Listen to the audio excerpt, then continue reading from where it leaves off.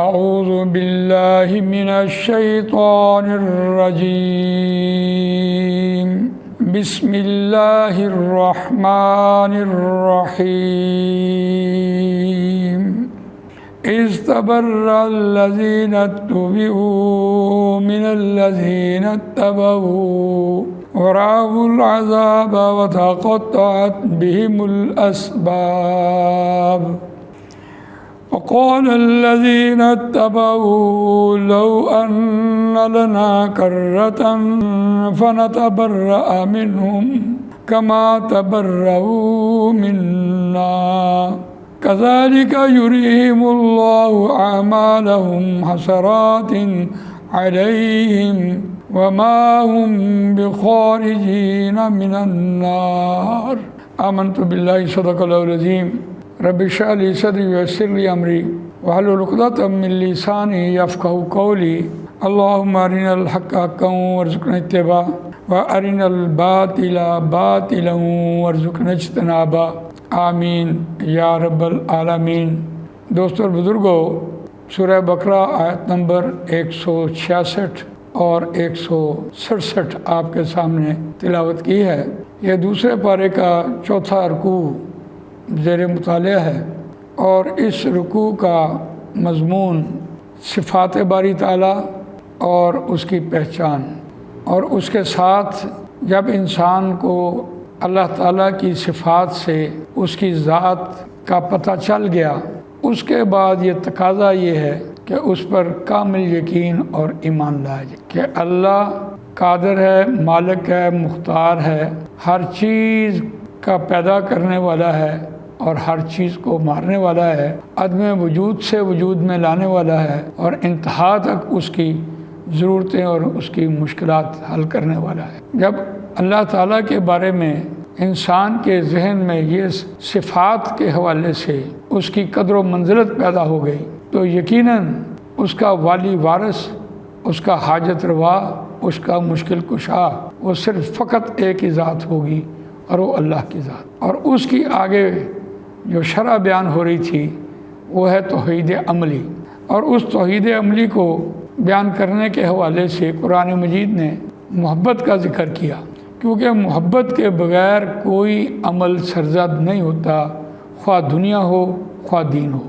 ان محبتوں کی وجہ سے تو یہ دنیا چل رہی ہے۔ اللہ تعالیٰ نے ماں کے اندر کتنی محبت شفقت رکھی، اسی طرح اولاد کے اندر ماں باپ کے بارے میں، اور یہی نہیں بلکہ محبت کے بدلے انسان دنیا میں روزی کما رہا ہے۔ استاد سے محبت ہے، مالک سے محبت ہے، دوستوں سے محبت ہے، جس سے محبت ہے اس کا کہا مانا جاتا ہے۔ تو قرآن مجید نے یہاں ان محبتوں کا ذکر کیا ہے، لیکن ان کی نفی نہیں کی، اور کہا یہ جا رہا تھا کہ جب اللہ کا حکم آئے تو ان محبتوں کو چھوڑو اور اللہ کی طرف رجوع کرو۔ تو جو لوگ ان محبتوں میں پھنس جاتے ہیں وہ دنیا دار ہو جاتے ہیں، اللہ کی یاد سے غافل ہو جاتے ہیں، اور اللہ کی نعمتوں کا حق یوں سمجھتے ہیں جیسے ان کا حق ہے، اور وہ یہ کہتے ہیں کہ اللہ نے پیدا کیا، اس کا حق ہے، اس کا فرض ہے ہمیں دے، لیکن وہ تقاضا اس کا کیا ہے کہ اس کا شکر بھی بجا لایا جائے، ہر دم اس ذات کا شکر ادا کیا جائے۔ تو یہ ہے توحید عملی کے اعتبار سے قرآن مجید نے یہاں ان محبتوں کے ذریعے ذکر کیا۔ وَمِنَ النَّاسِ مَن يَتَّخِذُ مِن دُونِ اللَّهِ أَندَادًا يُحِبُّونَهُمْ كَحُبِّ اللَّهِ وَالَّذِينَ آمَنُوا أَشَدُّ حُبًّا لِلَّهِ وَلَوْ يَرَى الَّذِينَ ظَلَمُوا إِذْ يَرَوْنَ الْعَذَابَ أَنَّ الْقُوَّةَ لِلَّهِ جَمِيعًا وَأَنَّ اللَّهَ شَدِيدُ الْعَذَابِ إِذْ تَبَرَّأَ الَّذِينَ اتَّبَعُوا مِنَ الَّذِينَ اتَّبَعُوا وَرَأَوُا الْعَذَابَ وَتَقَطَّعَتْ بِهِمُ الْأَسْبَابُ۔ تو جن سے دنیا میں محبت کی جاتی اور ان کا کہا مانا جاتا اور اللہ کے حکم کو پس پشت پھینک دیا جاتا، اب قیامت کا ایک سین بیان ہوا کہ جب قیامت کا منظر ہوگا اور جو لوگ جن کی پیروی کر رہے تھے، ان کا کہا دنیا میں مان رہے تھے، اللہ کے حکم کا پس پشت پھینک رہے تھے، نماز کی پرواہ نہیں تھی، قرآن مجید کی پرواہ نہیں تھی، اللہ کا حکم پس پشت پھینکا۔ اب وہاں جب یہ دونوں جو پیروی کر رہا ہے اور جس کی پیروی کی جا رہی تھی، ان دونوں کا قرآن مجید نے ایک رول بیان کیا کہ جن کی پیروی کی جاتی تھی وہ ذرا پیچھے مڑ کے دیکھیں گے تو تو جو لوگ اس دنیا میں ان کا کہا مانتے رہے وہ ان کے پیچھے پیچھے ہوں گے اور ان سے بیزار ہوں گے. ہمیں تو اپنی پڑی ہے اور تمہاری ہم کہاں نبیڑیں گے. اور یہ جو پیروی کرنے والے تھے یہ ان سے کہیں گے کہ دنیا میں ہم تمہارا کہا مانتے رہے, اللہ کے حکم کا ہم نے پرواہ نہیں کی. تو یہ قرآن مجید نے یہ سین بیان کیا ہے. وَلَوْ يَرَى الَّذِينَ ظَلَمُوا إِذْ يَرَوْنَ الْعَذَابَ أَنَّ الْقُوَّةَ لِلَّهِ جَمِيعًا وَأَنَّ اللَّهَ شَدِيدُ الْعَذَابِ. اور وہ لوگ جب دیکھیں گے جنہوں نے دنیا میں ظلم کیا ہوگا, عذاب کو آتا دیکھیں گے. دنیا میں تو ان کی بڑی چدراہٹیں تھیں, سرداریاں تھیں, سلطنتیں تھیں. اب اس وقت وہ بے ساختہ پکار اٹھیں گے کہ آج ساری کی ساری قوت اللہ کے پاس, اور سخت عذاب دینے والا ہے اللہ تعالیٰ, سخت عذاب دینے والا ہے. اور اس کے بعد آج کی آیت جو زیر مطالعہ ہے, اِذْ تَبَرَّأَ الَّذِينَ اتُّبِعُوا, روان ترجمہ سنیے, جب بیزار ہوں گے تبرأ الذین, وہ لوگ اتبعوا جن کی اتباع کی جاتی تھی, دنیا میں کہا مانا جاتا تھا, وہ بیزار ہوں گے وہاں جا کر. کیوں بیزار ہوں گے؟ جو لوگ ان کا کہا مانتے تھے وہ ان کے پیچھے پیچھے ہوں گے. آج ہمیں یہاں چھڑاؤ, ہمارے گناہ بھی اپنے سر پہ لو, تو کیسے ممکن ہوگا؟ تو وہاں بیزاری کا اظہار کریں گے. من الذین اتبعوا, ان لوگوں سے جنہوں نے ان کی پیروی کی ہوگی. ورأوا العذاب, عذاب کو آتا دیکھ لیں گے. وتقطعت بہم الاسباب, پھر ساری کی ساری امیدیں کٹ جائیں گی. تقطعت باب تفعل سے ہے, پھر لازم ہے, اور اسباب کا مطلب سیڑھی بھی ہوتا ہے اور امیدیں بھی ہوتا ہے. ساری امیدیں کٹ جائیں گی. اور پھر جو لوگ اتباع کرنے والے تھے اب وہ اللہ سے پکاریں گے, اللہ کو کہیں گے. وقال الذین اتبعوا, اور کہیں گے وہ لوگ جنہوں نے پیروی کی دنیا میں, کہا مانا, لو ان لنا کرۃ, کاش یہ کہ واسطے ہمارے ایک بار لوٹنا ہو, کرۃ ایک بار لوٹنا. فنتبرأ منہم, بس ہم بیزار ہوں گے ان سے, منہم ان سے, کما تبرؤوا منا, جیسا کہ وہ بیزار ہوئے ہم سے. اب وہ پکاریں گے, اللہ کو کہیں گے کہ یا اللہ ایک بار واپس دنیا میں بھیج. تو جتنے یہ آ کر یہاں بیزار ہو گئے, ہم کہیں زیادہ دنیا میں ان کے بیزار ہوں گے. تو پھر اللہ تعالیٰ دکھائے گا, کذالک یریہم اللہ اعمالہم حسرات علیہم, اسی طرح اللہ ان کو دکھائے گا ان کے اعمال بطور حسرت و یاس, ایک نا امیدی. اور یہ حسرت بہت بڑا عذاب ہے.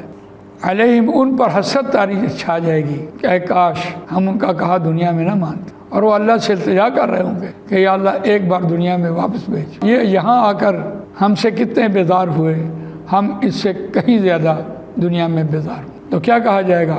وَمَا هُمْ بِخَارِجِينَ مِنَ النَّارِ, اور نہیں وہ آگ سے نکالے جانے والے آگ سے. صاف صاف بات کہہ دی جائے گی کہ تم بھی بھگتو اور وہ بھی بھگت تو رہے ہیں. تو یہاں آ کر ہمارا مضمون مکمل ہوا توحید عملی کے اعتبار سے, کہ جب ہم عملی طور پر اللہ کے حکم کو چھوڑ کر کسی کا بھی حکم مان رہے ہوتے ہیں اور وہ محبت سے مان رہے ہوتے ہیں.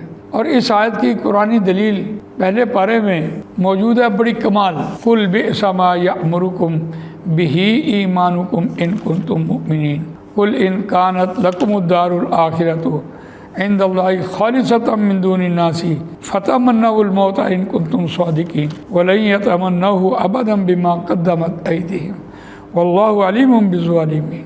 اور مضمون چل رہا ہے یہاں پہلے پارے کا, وَإِذْ أَخَذْنَا مِيثَاقَكُمْ وَرَفَعْنَا فَوْقَكُمُ الطُّورَ. اور یہاں یہود کی بات کہی جا رہی ہے, خُذُوا مَا آتَيْنَاكُمْ بِقُوَّةٍ وَاسْمَعُوا قَالُوا سَمِعْنَا وَعَصَيْنَا وَأُشْرِبُوا فِي قُلُوبِهِمُ الْعِجْلَ بِكُفْرِهِمْ قُلْ بِئْسَ مَا يَأْمُرُكُمْ بِهِ إِيمَانُكُمْ إِن كُنتُم مُؤْمِنِينَ. اور کیا خوبصورت بات کہی کہ جب ان سے کہا گیا, وہ طور پہاڑ کو لا کے کھڑا کر کے ایک وعدہ لیا گیا کہ یہ توریت کو مضبوطی سے تھامنا اور غور سے سننا, اور انہوں نے اس کو بدلا. قالوا سمعنا وعصینا, انہوں نے کہا ہم نے سنا اور ہم نے نہیں مانا. جب انہوں نے کہا نہیں مانا تو جس چیز کی محبت ان کے دل میں تھی, وہ بچھڑے کی محبت تھی, ان کو پلا دی گئی کہ یہ لو اب اس محبت کی وجہ سے تم نے اپنی توریت کو چھوڑا. اور یہی مضمون ہمیں بھی کہا جا رہا ہے. اور پھر آگے کہا قُلْ بِئْسَ مَا يَأْمُرُكُمْ, اے نبی آپ ان سے کہیں بِئْسَ مَا, بہت برا ہے, یأمرکم جو تم کو حکم دیتا ہے. کون حکم دیتا ہے؟ ہاں کوئی سامنے حکم دینے والا ہو تو وہ بہت اچھی بات ہے، استاد بھی ہو سکتا ہے، والد بھی ہو سکتا ہے، کوئی آقا بھی ہو سکتا ہے، کوئی مالک بھی ہو سکتا ہے۔ اور اگر وہ کوئی حکم دینے والا نہیں ہے اور انسان جو عمل کر رہا ہے اور وہ نافرمانی کر رہا ہے، نافرمانی کس کے حکم پر کر رہا ہے؟ وہ اپنے نفس کے حکم پر کر رہا ہے، اپنی مرضی پہ چل رہا ہے، تو اس کی طرف اشارہ کیا جا رہا ہے۔ یہ جو نفس تمہیں حکم دیتا ہے، تمہاری مرضی جو تم کو حکم دیتی ہے، وہ بہت بری ہے۔ ان کنتم مومنین، اگر تم مومن ہونے کا دعویٰ کرتے ہو تو پھر تم اپنی نفس کا کہا مانتے ہو۔ اور اس کے لیے تو ایک اور بڑی دلیل قرآن میں لے کے آیا، افرأیت من اتخذ الہہ ہواہ، اور یہ سورہ ذاریات کی آیت ہے، سورہ جاثیہ آیت نمبر 23، افرأیت من اتخذ الہہ ہواہ، کیا پس اے نبی صلی اللہ علیہ وسلم آپ نے نہیں دیکھا اس شخص کو جس نے بنا لیا اپنے خواہش کو اپنا معبود بنا لیا۔ تو یہ توحید عملی کے اعتبار سے ہم یہاں مطالعہ کر رہے ہیں کہ انہوں نے اپنی مرضی کو، یا کوئی حکم دینے والا، قل بئس ما یأمرکم بہ ایمانکم ان کنتم مومنین، اگر تم مومن ہو تو جس کا تم کہا مان رہے ہو وہ بہت برا حکم دے رہا ہے اور تم اس کے کہے پر چل رہے ہو۔ تو یہ توحید عملی کے اعتبار سے ہم نے قرآن مجید کے مختلف مقامات دیکھے، تو یہاں آ کر ہمارا ایک مضمون مکمل ہوا۔ اللہ تعالیٰ مجھے آپ کو قرآن مجید پڑھنے، سمجھنے، اس پر عمل کرنے، اس کو دوسروں تک پہنچانے کی توفیق عطا فرمائے۔ سبحانک اللہم و بحمدک، نشہد ان لا الہ الا انت، نستغفرک و نتوب الیک۔